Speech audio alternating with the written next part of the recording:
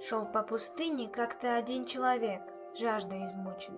Был этот странник в белой челме, а в руке посох держал он, а за плечами сума.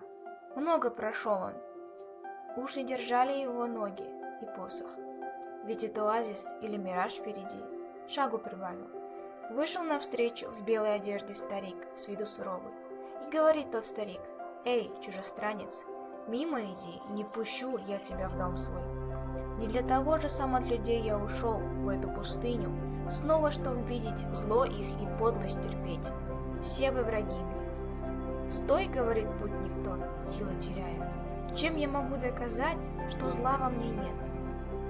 «Ладно, ответь мне, просто скажи, что ценней. Что есть прекрасней в яблоке спелом? Сок, аромат или вкус? Можешь ответить?» И приподнял на руке плод тот румяный. Путник глазами сверкнул и отвечает: «Нет, все три свойства те, что ты назвал, не так уж ценны.